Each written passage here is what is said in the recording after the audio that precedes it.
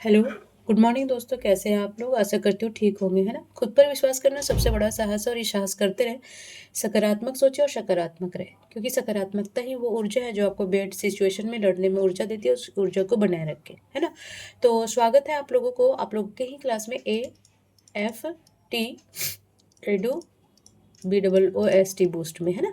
तो जो भी इस टॉपिक से आपको जितना भी नॉलेज है उसे और बूस्ट करे, उसमें तेजी लाए और जो भी कंफ्यूजन है इस चैप्टर से रिलेटेड उसे दूर करें। और इस देखिए, जो संवैधानिक संशोधन है, मैं ना उसका एक क्लास लाई हूँ सीरीज। उसमें क्लास 1 में 10 अमेंडमेंट पढ़ा दी हूँ और उसमें जितने भी वर्ड उसमें बन सकते थे ना, उसको मैं वहाँ जो भी कंफ्यूजन आप लोगों को हो सकता था वहाँ मैं क्लियर करी हूँ। देखिए, जो पढ़ने से हमें संशोधन तो पता ही चलता है और उससे रिलेटेड बहुत सारे ज्ञान भी हमें होता जाता है क्लास करने से, है ना?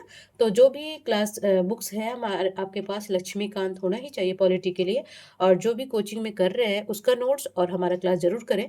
और देखिए, ये सारे एग्ज़ाम के लिए, यूपीएससी के लिए, पीसीएस के लिए, जितने भी एमपी, यूपी, बिहार, झारखंड, जितने भी हिंदी मीडियम वाले हैं उनके लिए बहुत रिलेवेंट है, और इंग्लिश मीडियम वाले समझ रहे हैं तो उनके लिए भी बहुत रिलेवेंट है। और ये संशोधन हर वनडे एग्ज़ाम में भी, रेलवे हो गया, एनटीपीसी हो गया, यूजीसी नेट हो गया, हर एग्ज़ाम में एक दो करके रहता है। और ये 20-25 मिनट की क्लासेस हैं। उससे काफ़ी नॉलेज मिलेगा, कंटिन्यू करें, है ना? और जो भी जेपीएससी और बीपीएससी एग्ज़ाम दे रहे होंगे तो उसके लिए मैं अभी जेपीएससी के लिए और झारखंड एग्ज़ाम के लिए मैं क्लासेस ले रही हूँ, तो आप जाके प्लीज़ मेरे चैनल में देखेंगे, है ना? और जो भी हमारे व्यूवर इंस्टाग्राम फेसबुक पे होंगे वो हमारे AFT एडू बुस्ट में आए, सब्सक्राइब कर दो और बेल आइकन दबा दे, शेयर भी कर दे क्लास, ताकि आपके साथ आपको दोस्तों भी इसका लाभ उठा सके, है ना? चलिए, तो उसमें ना देखिए, मैं क्लास ये 2 है संशोधन का, और क्लास 1 में मैं 1 से 10 संशोधन को पढ़ा चुकी हूँ। और उसमें जितने भी टर्मिनोलॉजी उसे मैं समझा दी हूँ, और आज 11 से 20 लाई हूँ। ये 10-10 संशोधन करके आप लोग को बर्डन भी नहीं रहेगा और सारे संशोधन कंप्लीट हो जाएंगे, है ना जी? तो चलिए, क्योंकि देखिए ये बेसिक है और ये हर एग्जाम में आने वाला है, इसलिए एक ही बार अच्छे से समझ के कंप्लीट कर दिया जाए, ठीक है? चलिए, तो संशोधन संख्या और वर्ष क्या है? ये 11वां संशोधन है ना? और ये कब हुआ था? 1961 में, ठीक है?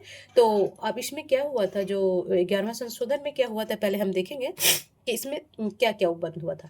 तो पहला था कि उपराष्ट्रपति के निर्वाचन प्रणाली में परिवर्तन, संसद के दोनों सदन की संयुक्त बैठक की बजाय निर्वाचन मंडल की व्यवस्था की गई, है ना? कि पहले क्या था, इसके पहले की संसद के संयुक्त बैठक के द्वारा इसका निर्वाचन होता था, बट ये 11वां संशोधन के द्वारा 1961 में इस निर्वाचन मंडल की व्यवस्था की गई। और उपराष्ट्रपति का अनुच्छेद किस में आता है, किसके तहत? तो ये अनुच्छेद 66 में, है ना? और उपराष्ट्रपति, एक चीज़ और बताना चाहूँगी मैं, जो राज्यसभा होता है ना, उसका पदेन सभापति पति होता है। उपराष्ट्रपति बना यानी कि ऑटोमेटिक, पदेन मीन्स होता है ऑटोमेटिक, है ना? जैसे आप पिता बनते, है ना? तो पिता जब आप पैदा होते हैं तो ऑटोमेटिक किसी का बेटा बन जाते हैं ना, उसी तरह जब ये उपराष्ट्रपति बनता है तो ये राज्यसभा का सभापति बन जाते हैं ना, पदेन में ऐसे बोलते हैं, ठीक है? तो चलिए, अब दूसरा क्या है, इसमें क्या और प्रावधान किया गया था कि राष्ट्रपति या उपराष्ट्रपति के निर्वाचन को उपयुक्त निर्वाचन मंडल में रिक्तता के आधार पर चुनौती नहीं दी जा सकती, है ना? कि उसके निर्वाचन में उपयुक्त निर्वाचन मंडल में रिक्तता के आधार पर चुनौती नहीं दी जा सकती, ये 11वां संशोधन में कहा गया था, ठीक है? अब हम देखेंगे कि 12वां संशोधन में क्या हुआ था, है ना? तो 12वां संशोधन कब हुआ था, पहले हम देखेंगे कि 12वां संशोधन हुआ था कब, है ना? तो ये 1962 में हुआ था जी। ठीक है, देखिए, हर साल कुछ जैसे-जैसे समय बढ़ता गया, जो संविधान में है उसमें चेंजेज़ लाना पड़ा, स्थितियाँ बदलती गई और संशोधन होता गया, है ना? तो ये 12वां संशोधन अधिनियम क्या है? हम संशोधन को अच्छे से पढ़ाएँगे, पहले ये देख लीजिए, जब हम क्लास किएँगे और या पढ़े होंगे तो जानते होंगे, और हम जब संशोधन को पढ़ाएँगे तो सारा टर्मिनोलॉजी और प्रोसेस हम बताएँगे कि संशोधन अधिनियम कब बनता है, विधेयक कब होता है ना? चलिए, तो 12वां संशोधन अधिनियम 1962 क्या बोला कि गोवा, दमन दीव भारतीय संघ में शामिल कर दिया गया, है ना? अब बोलेंगे मिस ये गोवा क्यों, पहले नहीं था क्या? हाँ, नहीं था। ये ये ना किसके उसमें था, तो ये थे पुर्तगाली, पुर्तगालियों के अधीन था, ठीक है ना। तो इसे 1 दिसंबर 1961, अगर कॉपी पेन लेके बैठे 61 में, ऊपर वाला मिटा देती हूँ फिर इसमें लिख देती हूँ ना।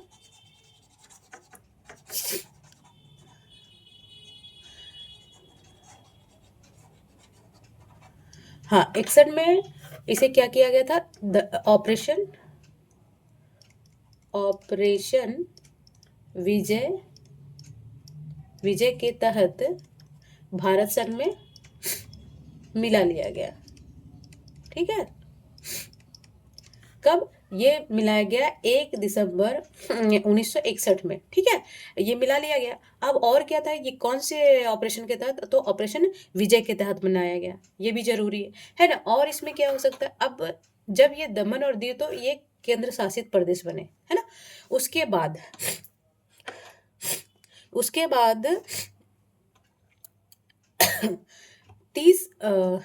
30 मई को 1987 को ना गोवा को ना राज्य का दर्जा दिया गया, है ना। अब देखिए वहां पे मुख्यमंत्री होते हैं ना। तो 30 मई 1987 को गोवा को राज्य का दिया गया। और दमन दीव अभी रिसेंट में कब हुआ है, 26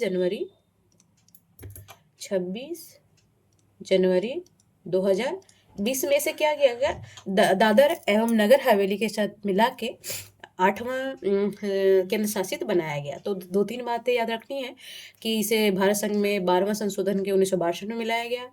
1 दिसंबर 1961 में ऑपरेशन विजय के तहत भारत में मिला लिया गया। उसके बाद 30 मई 1987 में गोवा, और किसके अधीन था, ये पुर्तगालियों के अधीन था। और 30 मई 1987 को गोवा को पूर्ण राज्य का दर्जा मिला। और 26 जनवरी 2020 में जो दमन और दीव है उसको दादर और नागर हवेली को मिला के एक केंद्र शासित बनाया गया। और ये 8वां केंद्र शासित राज्य बने, ठीक है। ये बस इतना ही बात इसमें याद रखना आप लोग को, ठीक है जी। अब और क्या, 13वां संशोधन 1962 में ही हुआ, है ना।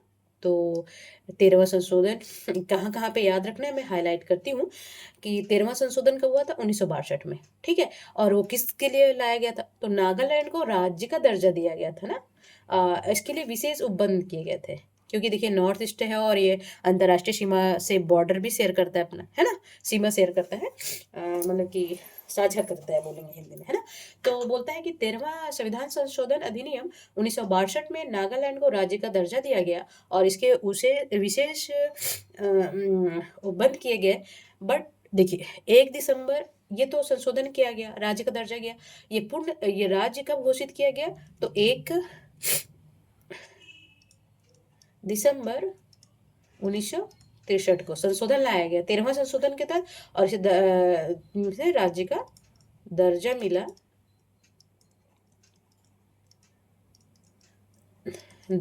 स्पेस नहीं मिला ना यहाँ पे। तो थोड़ा सा मैं क्या करती, इसको और पतला कर लेती हूँ ना।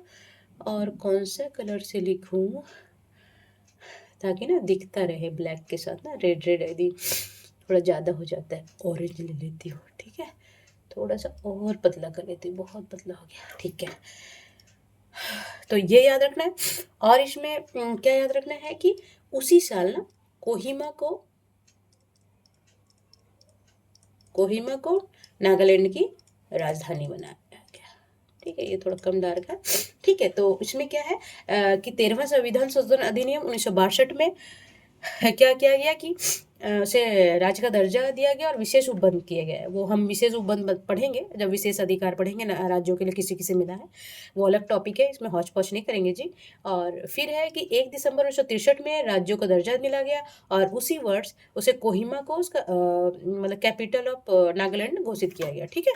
चले अब आगे हम चलते हैं कि 14वां संशोधन 1962 में ही हुआ है जी, ठीक है। 13वां भी हुआ और 12वां भी हुआ। और देखिए कितने संशोधन एक साल में करना पड़ा, है ना। तो 13वां संशोधन अधिनियम 1962, 14वां संशोधन अधिनियम 62, है ना, 62 में हुआ। अब इसमें क्या क्या हुआ हम देखेंगे कि पुडुचेरी है ना, पुडुचेरी भारतीय संघ में शामिल हुआ, है ना। अब देखेंगे ऐसे चेन्नई है, यहाँ पे पुदुचेरी है, यमन है, और यहाँ पे माहे है। ये चार यमन और चार थे, एक अभी याद नहीं आ रहा मुझे।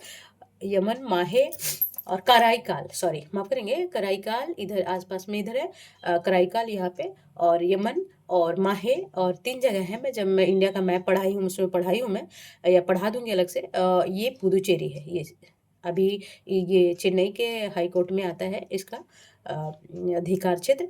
तो ये तीनों क्या थे, पुर्तगालियों के अधिकार में थे। ठीक है। तो अभी क्या हुआ था, इसे संघ कब बनाया गया, मतलब कब मिलाया गया पुडुचेरी और जो पुडुचेरी थे, पहले तो ये संघ में मिलाया गया, भारत संघ में। तो ये मिलाया कब गया, तो 1 नवंबर, है ना, 1954 में इसे भारत संघ में मिलाया गया, और इसे भारत संघ में मिलाया गया। ये 64वां संशोधन के अधीन के नियम, और केंद्र शासित प्रदेश कब घोषित किया गया, तो ये किया गया 1962 में। ठीक है, ये याद रखना है इसमें। और क्या याद रखना है कि देखिए इसमें और क्या हुआ था कि हिमाचल प्रदेश, मणिपुर, त्रिपुरा, गोवा, दमन दीव एवं दीव पुडुचेरी के लिए विधानमंडल एवं मंत्री परिषद की व्यवस्था करेंगे। देखिए विधानमंडल और एवं मंत्री परिषद क्या होता है, हम टॉपिक में दिखाएंगे, बाद में बताएंगे। ठीक है जी, चलिए। अब 15वां संविधान संशोधन 1963 में हुआ, 1 साल के बाद, 62 के बाद। तो उसमें क्या हुआ कि उच्च न्यायालय के किसी व्यक्ति या प्राधिकरण के खिलाफ राज्यों के बाहर भी दायर करने का अधिकार, रिट यदि इसका कारण क्षेत्राधिकार उत्पन्न हुआ हो। बोलता है कि 15वां संशोधन 1963 में क्या बोला गया कि उच्च न्यायालय को किसी व्यक्ति या प्राधिकरण के खिलाफ राज्यों के बाहर भी दायर करने का अधिकार, रिट एक सुप्रीम कोर्ट जारी करता है आर्टिकल 32 के तहत, और हाई कोर्ट जारी करता है 226 के तहत, है ना। पर इससे ज्यादा रिट का अधिकार हाई कोर्ट को है। तो ये कब दिया गया, ये 15वां संविधान संशोधन के तहत इसका अधिकार क्षेत्र को बढ़ाया गया। देखिए उच्च न्यायालय के किसी व्यक्ति, है ना, उसमें क्या है कि ये मौलिक अधिकार, जो सुप्रीम कोर्ट है वो सिर्फ मौलिक अधिकार के हनन पे ही वो रिट जारी कर सकता है आर्टिकल 32 के तहत। बट जो हाई कोर्ट है वो संशोधन करके 15वां संशोधन 1963 के तहत ये क्या किया कि इसके खिलाफ राज्यों के बाहर भी दायर करने का अधिकार मिला, यदि इसका कारण उसके क्षेत्राधिकार में उत्पन्न हुआ हो। जैसे कोई राज्य में कारण उत्पन्न हुआ हो, बट वो दूसरे राज्य से संबंध रखता हो, तो यहाँ भी ये रिट जारी कर सकता है। ऐसा अधिकार हाई कोर्ट को 15वें संशोधन 1963 में दिया गया। ठीक है जी, चलिए। और क्या क्या बोला गया कि टू और कि जो उच्च न्यायालय है, न्यायाधीशों की सेवानिवृत्ति सेवानिवृत्ति होता है। ठीक है, हाँ, कि उम्र सीमा 60 से 62 साल किया गया। पूछता है बहुत बार बार कि जो हाई कोर्ट के जजों की नियुक्ति का 2 साल कब बढ़ाया गया, तो 15वां संशोधन 1963 याद रखेंगे हम लोग, 1963 में संशोधन में बढ़ाया गया। तो 2 साल के लिए ना, पहले 60 साल था कि रिटायर हो जाते थे जज, बट ये 15वां संशोधन में ये 62 वर्ष कर दिया गया। ठीक है जी। अभी चले आगे चलेंगे कि उच्च न्यायालय के सेवानिवृत्ति न्यायाधीशों को उसी उच्च न्यायालय में कार्यकारी न्यायाधीशों के रूप में नियुक्ति की व्यवस्था की गई। अब हम यहाँ से फिर से कार्यकारी न्यायाधीश नहीं बताएंगे, ये क्लास 1 में मैं बहुत अच्छे से बता चुकी हूँ, आप वहाँ जाके जरूर देखेंगे। ठीक है, सो वेरी वेरी इंपॉर्टेंस, क्योंकि हम जब तक टर्मिनोलॉजी नहीं सीखेंगे हमें सारे बॉन्स कर जाएगा हमारा जो भी नॉलेज है हमारे पास, है ना। तो क्या बोल रहा है कि 15वां संशोधन और क्या बोल रहा है कि उच्च न्यायालय के सेवानिवृत्त न्यायाधीशों को उसी जो रिटायर हो चुके हैं ना जज, मान लीजिए हाईकोर्ट के जो जज रिटायर हो चुके हैं, उसी न्यायालय में वो कार्यकारी जज के रूप में कार्य कर सकते हैं। और कार्यकारी जज क्या है वो फर्स्ट क्लास में आप जाके देखेंगे जरूर, है ना। चलिए, और क्या बोलता है, हम थक जाते हैं हम लोग भी बोलते बोलते, है ना। चलिए, अब 4 क्या बोल रहा है कि एक उच्च न्यायालय दूसरे में हस्तांतरण पर न्यायाधीशों की क्षतिपूरक भत्तों का भी भुगतान, है ना। एक उच्च न्यायालय से दूसरे में हस्तांतरण, मान लीजिए कि कोई उच्च न्यायालय है, न्यायाधीशों की, मान लीजिए हाँ चलिए, एमपी का कोई न्यायाधीश है हाईकोर्ट का, ठीक है। तो अब ये मान लीजिए बिहार का न्यायाधीश बनाया दिया गया, है ना।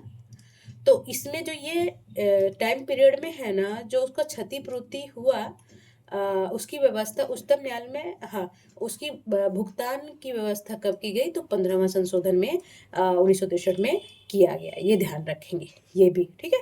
अब पांचवा क्या बोला कि उच्च न्यायालय के सेवानिवृत्त न्यायाधीशों को उच्चतम न्यायालय में अस्थायी न्यायाधीश के रूप में नियुक्ति की व्यवस्था भी। देखिए उच्च न्यायालय में क्या है, देखिए मान लीजिए कि उच्च न्यायालय के सेवानिवृत्त न्यायाधीश, मान लीजिए हाईकोर्ट के कोई न्यायाधीश है ना, थोड़ा मिटा देना चाहेंगे इधर से क्योंकि और भी समझाना है हमें, है ना। चलिए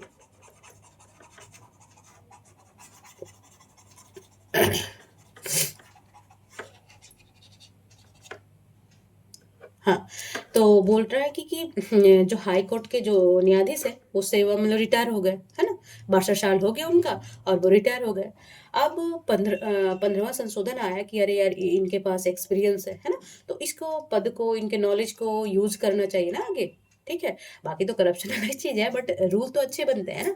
बाकी लोगों के मन पे है और वो कैसे यूज करते हैं उस पे है कि कौन कैसा आज पुलिस कैसा काम कर रहा है, लोग कैसे कर रहे हैं। हर पद का एक अलग सा गरिमा है और उसको बनाए रखना चाहिए। देखिए लाइफ एक ही बार मिलता है और उसमें नाम और अच्छा काम करके चले जाना चाहिए इंसान को, मेरा तो यही मानना है ना।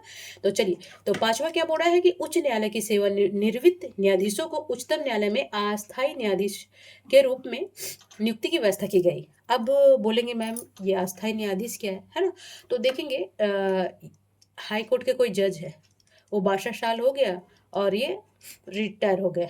अब इनको एक्सपीरियंस, इनका नॉलेज और यूज़ करने के लिए सुप्रीम कोर्ट में अस्थायी न्यायाधीश के रूप में नियुक्त किया जा सकता है। ये 15वां संशोधन 1963 में किया गया। ओके, तो अब अस्थायी न्यायाधीश क्या होता है, मान लीजिए सुप्रीम कोर्ट है, ठीक है, उसमें बहुत काम आ गया, बहुत केसेस आ गया, बहुत मारकाट हो गया, बहुत चोरी हो गया, बहुत सारे केसेस तरह होता है, दीवानी फौजदारी, है ना।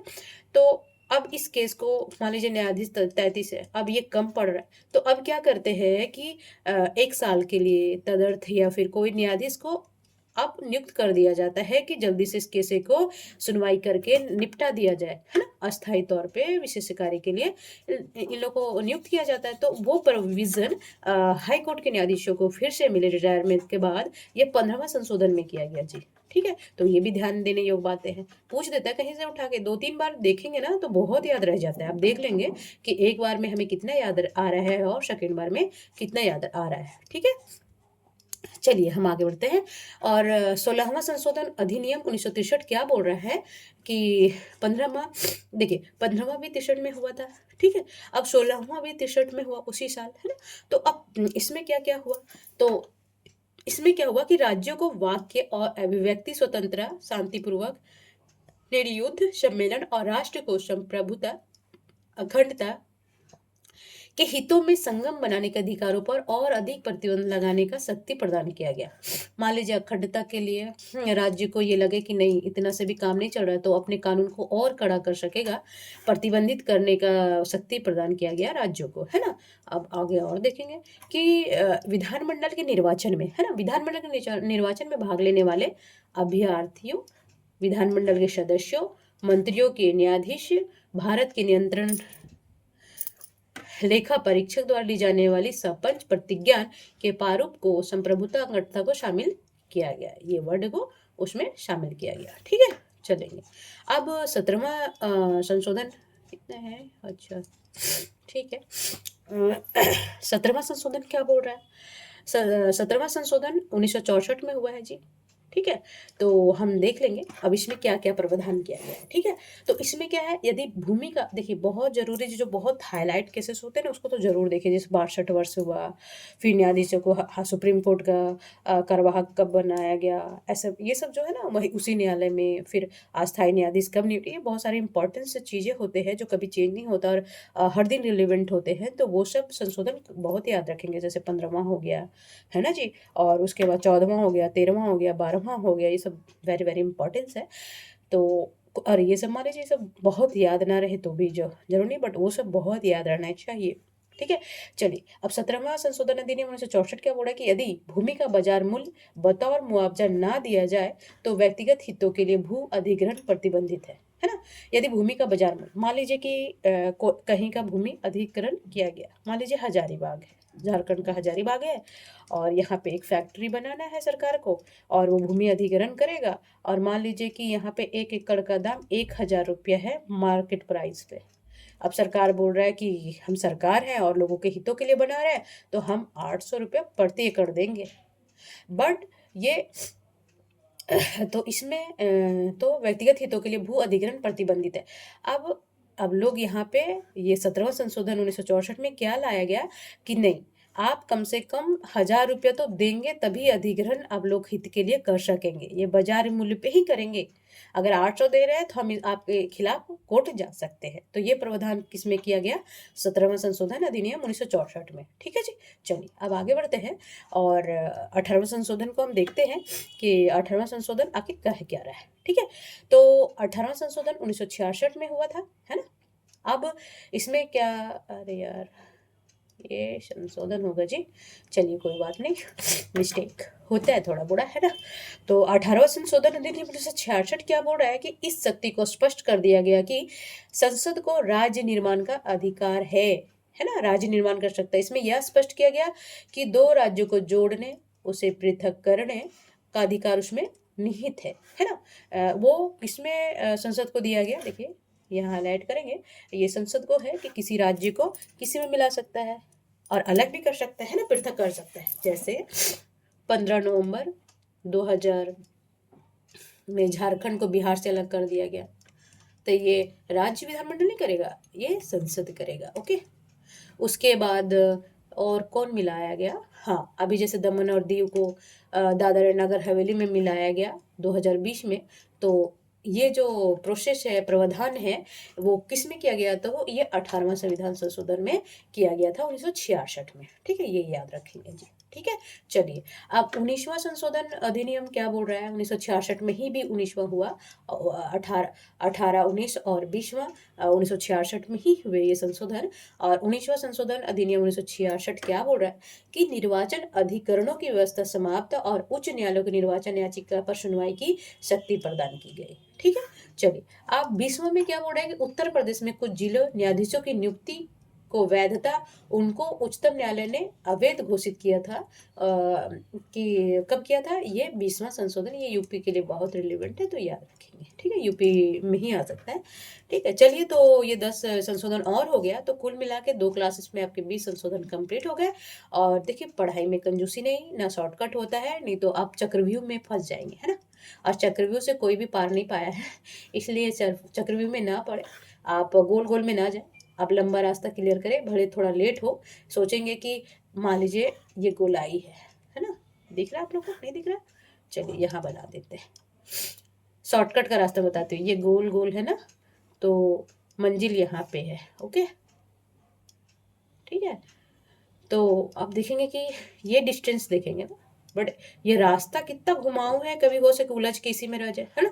और सीधा जो समझने वाला रास्ता है उसको यहाँ है, मान लीजिए मंजिल यहाँ। आप देखेंगे अरे यार काफ़ी लेंथ है ना, तो बट इसमें घुमाव कितना है, वो हमेशा नीचे ले जाएगा। इसलिए हर चीज़ को टॉपिक वाइज अच्छे से पढ़े। और हम यहाँ टाइम पास करने के लिए नहीं आ रहे, अगर टाइम पास करें कभी नहीं होगा, ना हम घर के होंगे ना घाट के। ये कड़वा है बट सत्य है। ठीक है जी, चलिए तब तक अपना और अपने फैमिली का ध्यान रखेंगे। इसका पहले क्लास पढ़ेंगे, जो भी झारखंड एग्जाम दे रहे होंगे, जेपीएससी का क्लासेस स्टार्ट हो चुका है, वो देखेंगे। और स्वस्थ रहिए, मस्त रहिए, पढ़ते रहिए, अपने ड्रीम को अचीव कीजिए, सारा सुख सुविधा मिल जाएगा आप लोगों को, है ना? जिसलिए आए हैं उसके लिए पहले प्योरिटी पे काम दीजिए, बाकी काम बाद में। अपना और अपने फैमिली का ध्यान रखेंगे। नमस्कार।